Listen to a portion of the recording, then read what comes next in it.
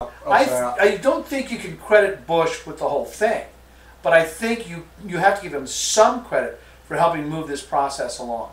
Because you take a country like Egypt, which was considered very stable, very forward-looking among the Islamic countries. Tunisia, a very secular society in Tunisia, and they're all going. You know, they've seen the news reports. They've seen the Iraqi women or the Iraqi men holding that blue finger up, showing, "See, I actually got to vote," and they saw their people being elected and I think you can actually give him some credit. Yeah. Not all, but I think you can give him some credit. I think a bigger factor in this is actually the social networking and communications, because without that, the events that are going on in places like Iraq would not have happened.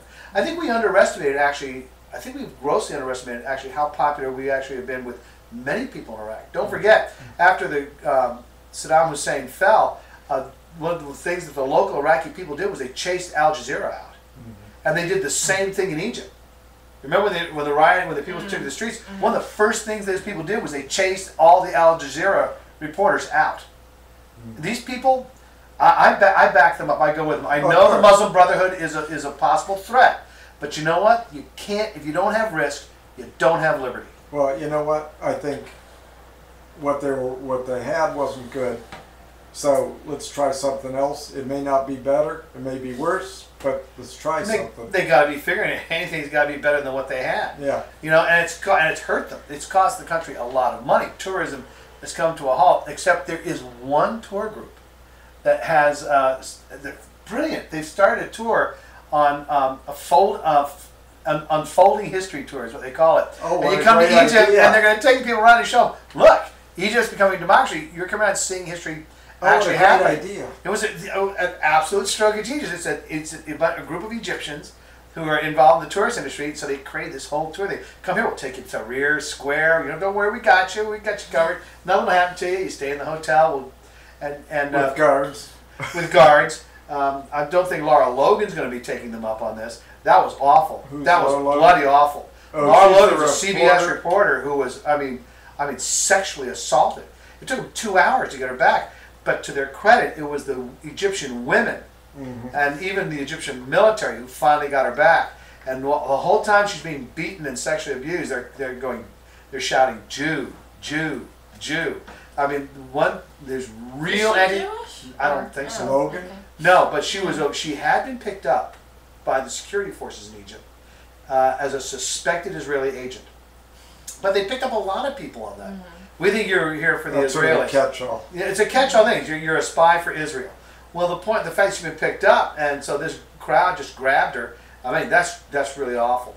And one of the worst kept secrets in the whole world is actually how misogynistic Arab culture is towards women. I'm telling you, it's got to be a bit disconcerting sometimes, particularly if you're a college professor or a female doctor, to wake up every morning and realize, holy crap, I'm in an Arab country. You know, what's going to happen today? Whose ass am I going to have to kiss today to be able to practice my trade or something? I'm surprised a lot of those female professionals just don't say, "All right, I'm going on holiday over to someplace," and just never come back. You know. I would, if I was a female doctor or something, I'd say, get myself overseas and stay there. Well, that's a show, guys. It's a wrap. We've done it. It's a wrap. It's a wrap. It's a wrap. Now, we're scheduled to go up. Now, I want you to think about this. We want to do the anniversary shows coming up. Our anniversary, remember, is the 9th of March. It's our second anniversary. Wow. We'll have actually completed, we're into our third year, but we've completed 2 whole seasons. So when we meet for our anniversary show, it's going to be all jokes. You can make them political jokes if you want, or you can make them about anything, but we're just going to do an hour show with everybody just telling jokes. And I'll see who else we can get involved I'm not good at telling jokes. Yeah, me neither. So that's you. We'll listen. Well, we'll see. But we do have.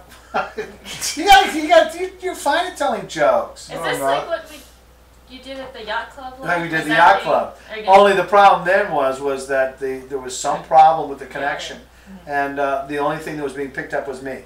But hopefully we'll have all this stuff fixed. But we're not going back to the yacht club. We're just going to do it here.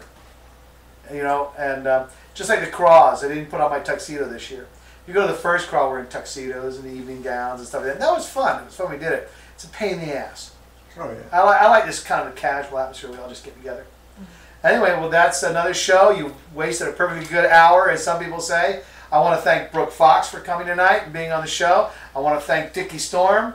Dickie is going to look forward to having you back with us more often. I'd like to. Just everybody remember, no one's getting paid for this. So if the weather is ever bad, What? yeah, I Wait don't a want minute. anybody risking life and limb to get here in foul weather, because the spring's coming up. And, you know, we tend to get some pretty hairy weather through here in the spring. I hate to walk So up the just if street it's in the rain. yeah, so if it's bad out, you know, just don't worry about it. I always try and call about it, but Which I appreciate. which I'm glad you appreciate it. But if you go like, holy crap, I haven't heard from Colbert. Jeez, look at those clouds. Don't come. Okay, don't. No one should risk life and limb. But at this point, traditionally we want to say goodnight to who, Brooke? Good night, Snodgrass. We Good- love you. Good night, Snodgrass. We love you. And Dickie, good night. Brooke, good night. And thank you everybody for tuning in to Colbertradio.com.